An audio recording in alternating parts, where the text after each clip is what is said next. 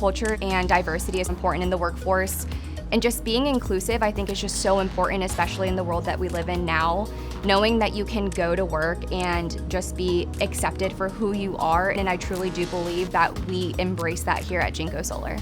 I have never worked at a place before where people are so comfortable coming to human resources about literally absolutely anything. We have a 100% open door policy. I love that, and I make that my main mission to make sure that that transparency is there, that if they ever have anything they need to talk about or get off their chest, that they know that they can come talk to us, because that's what we're there for.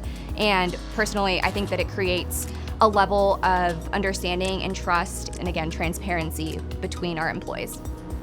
Although we focus on obviously producing high quality items as well as high volume, our main focus is our employees and their safety and their happiness and their growth within the company. We always want to make sure that if anybody is interested in growing within the company, that they are getting that opportunity. We want to make sure that they do get the training that they need so that they can get into the position that they want to be. We truly just want to see our employees grow in their personal life, and we want them to be happy, because if we have happy employees, they want to work.